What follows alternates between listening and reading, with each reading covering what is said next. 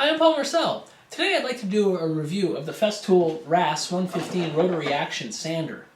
Now this sander is a little bit of a different sander than all the other ones in the line.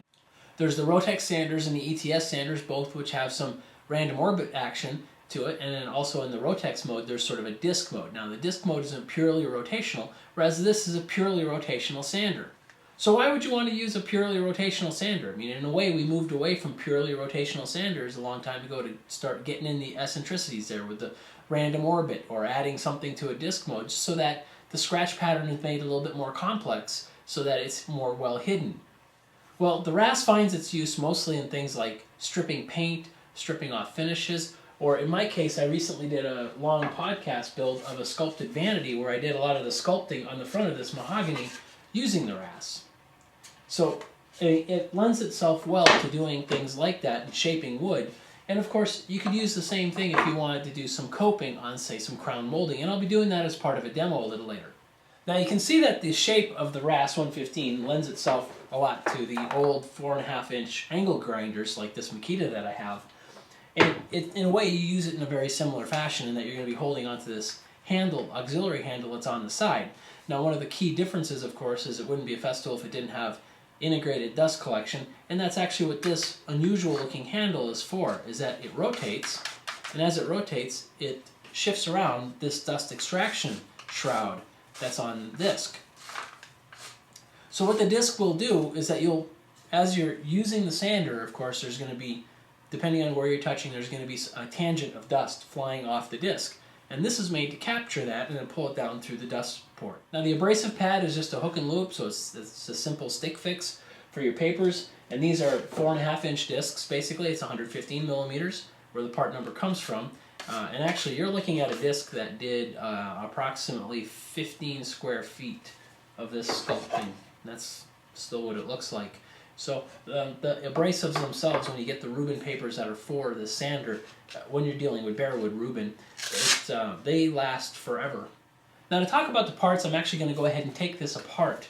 So there's a little green button here on the top that's going to act as a latch for locking the spindle so that you can rotate it out. So it's just like the Rotex where you have the little button on the side, so that you can just turn this right off and spin it off the arbor.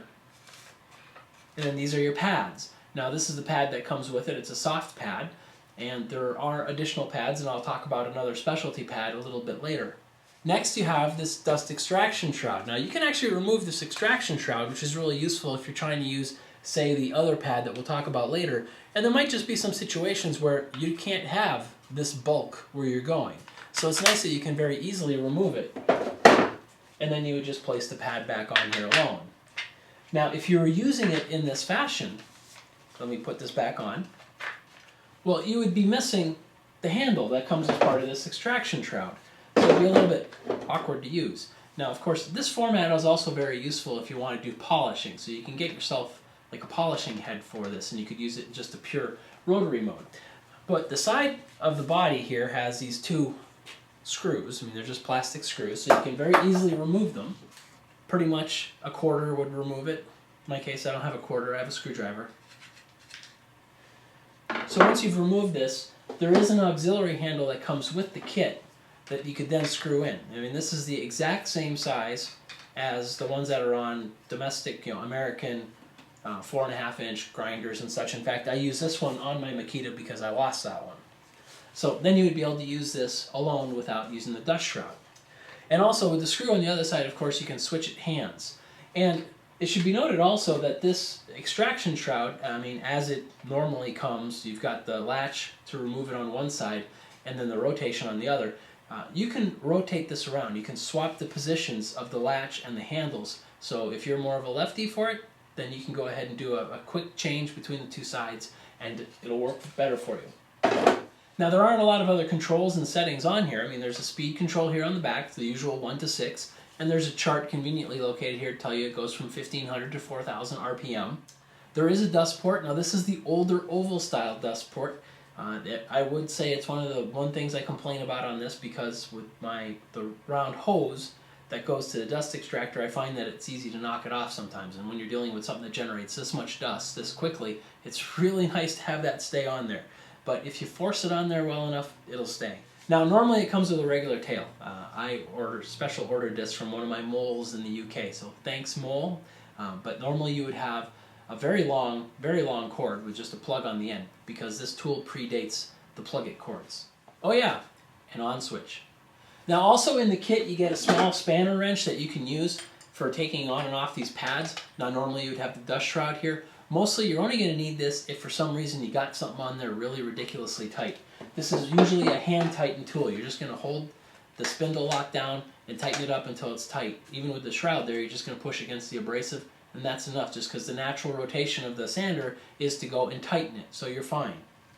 Now the arbor is an M14 screw, which means that you're not going to be able to use out of the box any of our abrasives. Say if you wanted to run a grinding disc on here, one that you would normally use with a 4.5-inch grinder. But for that, there is another pad made. There's a separate pad called the FiberFix pad, and what that's for is basically fiber wheels, like a cutoff wheel. And what it does come with a standard size. For a 4.5-inch disc, you're going to have a 7/8 arbor hole. So the 7/8 hole would be here as this locks down onto probably what would be an M14 screw on the inside. And then you'd be able to use some of your fiber discs, like this one here that I have for the Makita. It would just simply fit onto there. And then you use the adapter ring to go and lock it in there. Now I can't find the spanner wrench that works with this little disc here, so we'll just go for finger tight for right now. But normally you would want to hit that with a spanner wrench. Now you're able to use some of these grinding discs for, say, doing some shaping. And of course you can have the dust shroud on here as well, which just helps with catching all those fines.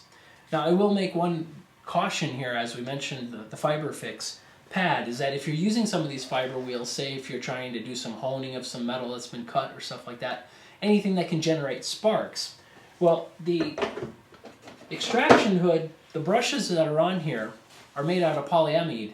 What it is, it's basically a plastic-based product, so you're not going to want to mix sparks with plastic. So they do make a separate set of inserts for these brushes. These brushes are replaceable because they would be a wear part, and they make a separate set that are made out of metal. So if you're dealing with a grinding disc and you're going to be producing sparks, you're going to want to get those brushes and put those in place. And also you're going to want to put a spark trap on your CT dust extractor. Now besides the fiber wheel, one other wheel I would have really liked to use this for when I was doing some work with it is I was cutting some natural stone tile, and I needed to hone the top edges because it was being used as basically tiled baseboards. So now this is the only disc I have with me here, and this one here is actually a 5/8 arbor, so this is for a 4-inch grinder. But if you buy this, they're marble edge polishers. If you buy a marble edge polisher that's actually the 4.5-inch variety, it'll have the same arbor and it would fit on here. Now I can tell you I would have loved to have this when I was doing all that shaping out here, because even though some of the chips would fall to the ground, I mean the fines are just horrible when you're doing all this work with marble. So now that I've taken this apart 100 different ways, I'm going to go put it back together in the normal way, and we can talk about some of its uses. Now one thing you're going to want to be careful of is when you're using this latch to lock in this dust hood, you can see that the dust hood can move a little bit. Now it's possible with, at least with mine, I mean it might be a little different on some other ones, but it's possible with mine that you could get this, if you're holding it upright, it's going to lean forward and actually be touching the edge of the disc. So you're not going to want to run it where it's touching the edge of the disc. You're going to want to have it back a little ways. So normally I just put it this way here, and then you turn it down. It seems to keep it away from the disc just fine. Now, again, looking at the wheel from your side, the wheel is going to be spinning this direction here. So when it goes to run, of course, if I were to touch this surface right here to a board, you're going to see a stream of dust being shot off tangentially. So you'd actually want to have this hood up a little bit higher like this so that it gets caught in the brushes, and then it gets pulled in to an extraction hose that's down here that pulls it out the back. Now as you're maneuvering the sander or touching different surfaces, you're going to get a different tangential stream. So that's how come you want to be able to rotate this into place. Now I'll actually refer you to my podcast on sculpting the mahogany vanity if you want to see it in use. I did a lot of different use for doing the shaping and such, and you'll really see the dust shroud being scooted around in order to capture dust. Now, sometimes just by the nature of the shape that I was dealing with and where I was at, sometimes I didn't care. I just moved the dust shroud out of the way and touched whatever I needed to. But for the most part, I did an awful lot of sculpting on that vanity. It was, the sides were 30 by 30, and of course there were 3 panels for that, just on the bottom part. And I did most of the sculpting for 2 of them in one evening, And there really wasn't a lot of dust. There were chips for sure. There's definitely some chips there after all that work, but there was no haze of dust on my counters the next day after settling. So I was very happy with that, because that would not have been fun any other way. Now, a couple other uses for this sander. If we take off the regular woodworking Rubin disc, there are some other ones. This one here is Rubin 36. That one's definitely more for the shaping. I did use that a little bit. It's really aggressive. Whatever you think the aggressive nature of a certain pad is, like if you're thinking that 50 is pretty aggressive, well then maybe start with 80 with this, just because the sander itself and the way that it works, it seems to make the papers act a lot more aggressive. Now, in the sample pack that you get with the kit, you're also going to get a sheet of crystal. Now, crystal is a really strong abrasive backing, and it's a very durable sheet. This is something that if you were trying to strip some paint or anything like that, this is the one to go to. It's not going to load up or charge, and it's not really going to get dull either, so you're going to be able to go through huge amounts of work without having to replace a sheet. Now, this is Vlies, and with Vlies, it's basically like a big Scotch-Brite on a disc, and they have them in the various grits. This one here is one of the coarser ones. Now, if you're running this would be a fantastic way if you were trying to restore a machine that had a lot of rust. You can use this to try cleaning off that metal. Or if you have, say, a piece of metal that you're going to be painting and priming that's going to go outside, well, this would be a great way to prepare that surface for taking the priming. And when you get to the finer grits of Vlies, then you can actually deal with using it as a cleaning agent, although it's still aggressive, so be a little cautious with that. So what I'm going to do is I'm going to set up now. We're going to do a little bit of, in a way, a little bit of sculpting on these panels that I already have to sort of show you how you can use it for shaping. And again, consider that shaping can be something very useful in what you're doing, even if you're not trying to kind of sculpt something. For example, if you have a piece of crown, you can very easily do your regular cut, your regular straight cut, and then you can use this to sculpt the back away in order to make a coping joint. And once you get used to it on this tool, that's very, very fast. Now, I've got this all set up for doing a demo, and I'll be bringing the camera in a little bit closer so you get to see better, but I've set up these white sheets in both places so you get a better view of what the dust extraction is doing. And we're going to be working with some mahogany, so it's going to be pretty obvious against the white background what chips are coming off of it versus the fines. Now, I actually thought this would be interesting to show. These are the 4 discs that I used when I did the Sculpted Mahogany Vanity. I've got 2 36s down here for doing the bulk of the hogging away, and then I did a P50 that was for generally doing the rounded smoothing, and then after that I went straight to an 80 grit to kind of finesse everything over. But this is it. I used these 4 sheets, and I mean, they're still fine. In fact, I'm going to use one of these for doing this part of the demo. Mostly the 36s got dinged up when I was doing some of the edge work, where I was riding it a little bit too hard on the edge. So for this demo, I'm going to go ahead and use an 80 grit sheet. Now for this first run, I'm just going to try finessing this edge using this sheet, but I'm intentionally going to put the dust shroud in a place where it's not going to be capturing any of the dust, just so you can see what you would normally get. Now actually it's going to be shooting it at me, so let me turn it this way.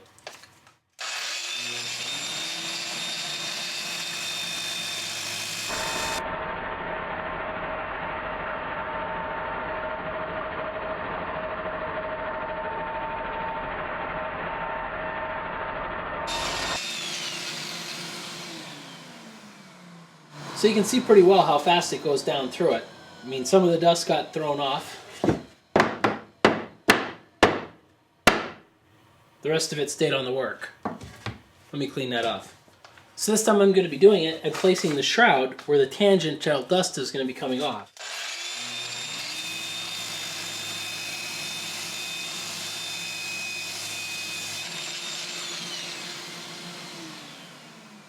Now in this case here, I hogged off about, a little bit like twice as much as what I hogged off here. There's none on the board. There's only this little bit that came off. So the dust extraction really works well once you get the shroud in the right place. Now for shaping this thing, let me just go ahead and try rounding this over a little bit like I did when I did my Sculpted Vanity.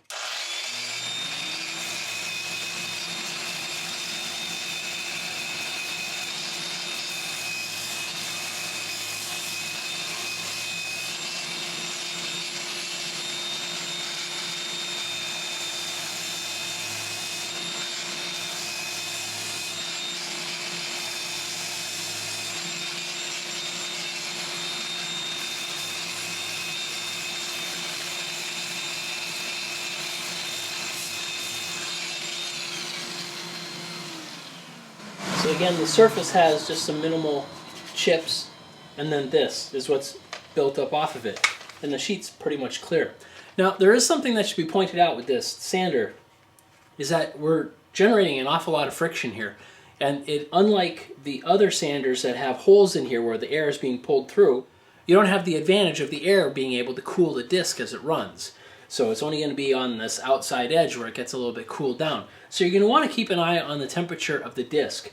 Now, generally, like when I did this, there would be absolutely nothing to be concerned about. And in fact, when I did all the mahogany, never once did I notice that the pad actually got anything more than just superficially warm. If you were doing a lot of heavy work in, say, like stripping some paint where you're really leaning into it and you've got a lot of gummy paint to deal with, there you might have to worry about the heat. So just keep that in mind. So now remember that I've got 80 grit on here, yet I was able to shape this far faster than I would have been able to, say, with the Rotex, even in disc mode. So let's go ahead and try taking down some of this outside edge here, just for some fun.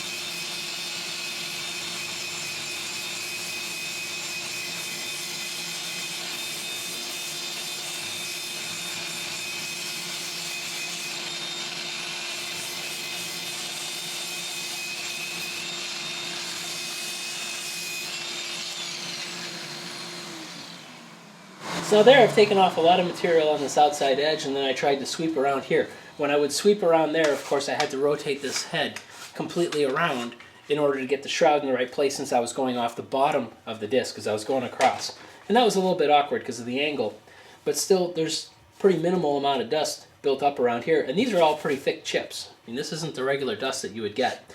So it makes it that it's nice and clean where you're working for the most part. Now, of course, this isn't what you'd be doing every day. You would normally be doing something where you're trying to, say, bevel or cope a corner. So to show how to cope, I've got this piece of molding. This is a piece of pear wood, and we're going to go ahead and we're going to cope this thing back. And I remember cutting this a long time ago. This stuff is hard. Now, for this demo, I went ahead and removed this top sheet of paper since I needed some way of clamping, and honestly, the dust is going to be coming down here. So let's go ahead and try coping this. Now, the idea of the cope is simply that we've done the 45-degree cut, and now what we're going to do is we're going to be cutting all of this away to the back so that there's only this edge has been exposed. Now, for starters, I have 80 grit in here. That's not what you would want to use when you're coping, but let's just see how fast it can take away part of this bevel.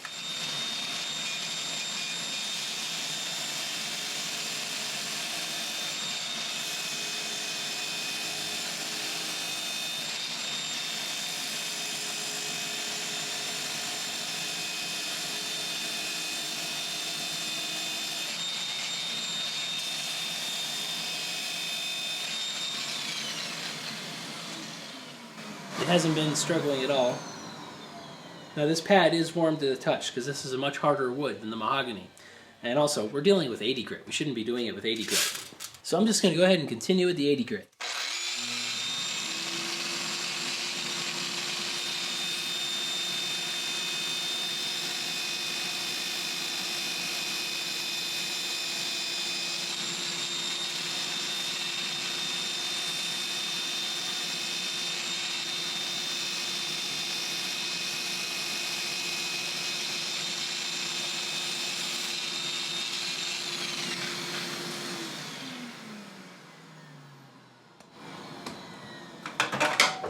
That would be that.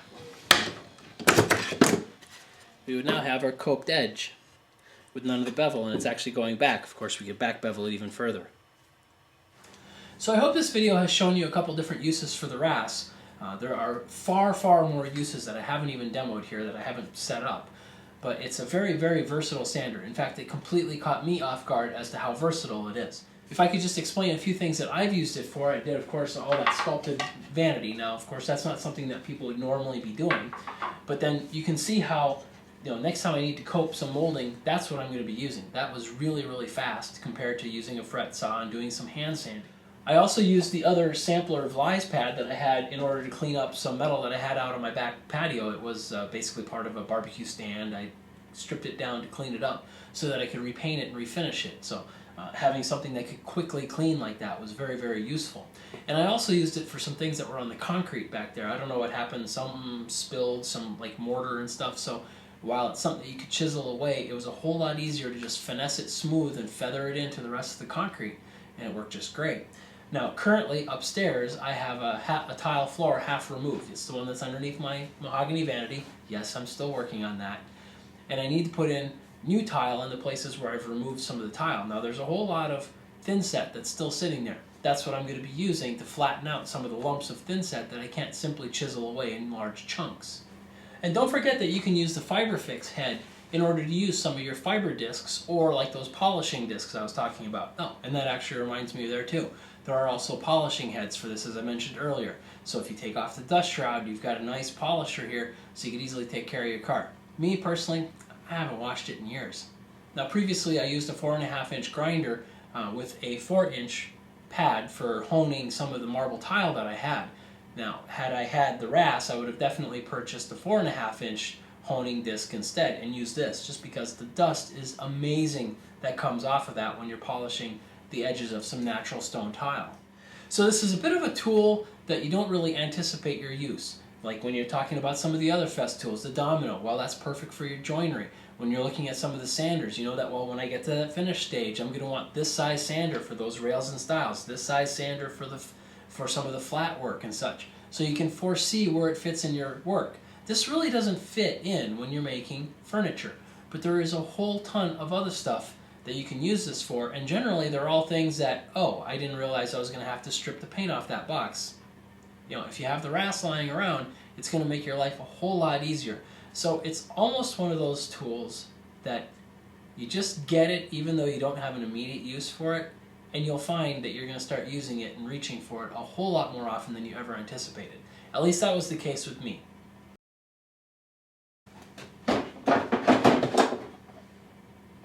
Curious what's in the bag? Well, I tried to take my domino.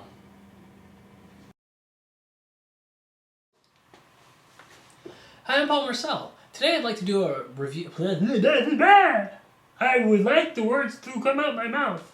Hi, I'm Paul Marcel. Today I'd like to do a review of the Festool RAS-115 Rotary-Action sander from Festool.